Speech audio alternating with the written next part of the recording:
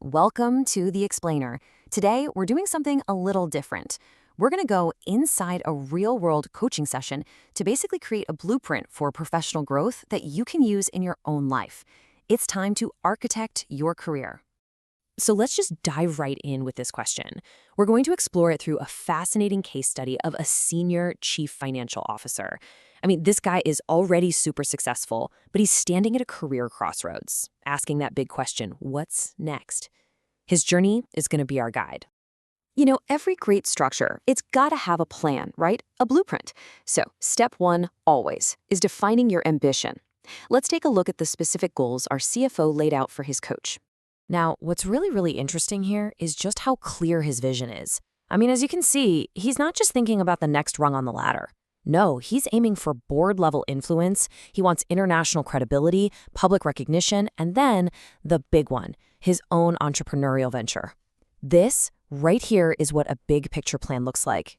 Okay, so you have this grand vision, but, and this is a big but, before you can build a skyscraper, you have got to make sure the foundation is absolutely rock solid.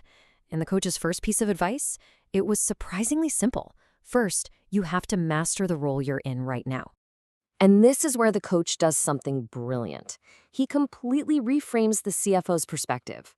Instead of focusing on what he wanted from the company, the question suddenly became, what are the urgent, sleepless night kind of problems that his own senior leadership is dealing with? What a game-changing shift. And this just perfectly illustrates the core idea. The path to getting what you want, whether it's a board seat, more trust, more responsibility, it isn't by asking for it. It's by becoming indispensable. It's how you transform from just an employee who executes tasks into a strategic thinking partner who solves the really tough challenges. So this isn't just a vague idea, right? The coach provided this super clear, actionable framework. It all starts with empathy, actually going out and interviewing your stakeholders to understand their pain points. From there, it moves to partnership, and then it cascades down to your own team, where you implement monthly reviews to build a truly high-performing unit. This is how you build value from the inside out. So, once that internal foundation is secure, you're crushing it in your current role, what's next? Well, now you can start architecting the external structure, how the professional world sees you, and the value that you bring to the table. Okay, this is a total masterclass in professional strategy. Get this. The coach advised him not to go to his CEO and say, hey, I've decided to join a board. No way. Instead, the approach is collaborative. I'm exploring this idea for my own development. What are your thoughts? How can we make sure it aligns with my commitment here? See the difference? One's a demand, the other's a partnership. It's brilliant. And the strategy doesn't stop with just that one conversation. It's about proactively, intentionally, shaping your own brand. And notice how targeted all of this is. He wants to work with startups down the line. So, he needs to build a LinkedIn presence that speaks directly to founders. It's all about strategic networking, maybe even considering professional PR, and creating content that establishes him as a thought leader in the space he wants to own.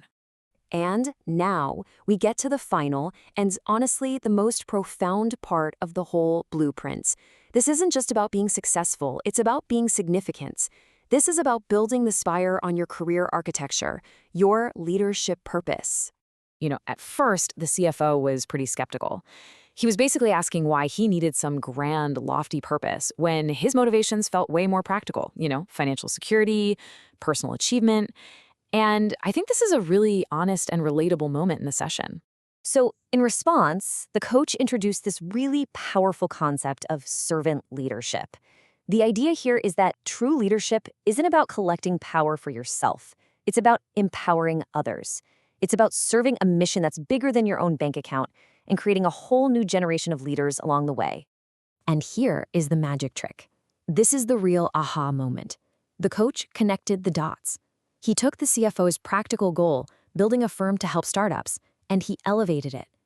All of a sudden, it wasn't just a business venture anymore. It was a mission to help founders achieve their dreams, creating satisfaction and value for a whole community. This is how you align ambition with real purpose. But look, talk is one thing, action is everything. To make this mindset shift real, to make sure it wasn't just some nice idea they talked about, the coach assigned a simple but really powerful practice. Commit just 1 hour every single week to reflecting on this leadership purpose and figuring out how to bring it to life. So, when you put this all together, what's the big takeaway for all of us? It's that a successful career isn't something that just happens to you. It's something you design, it's something you architect.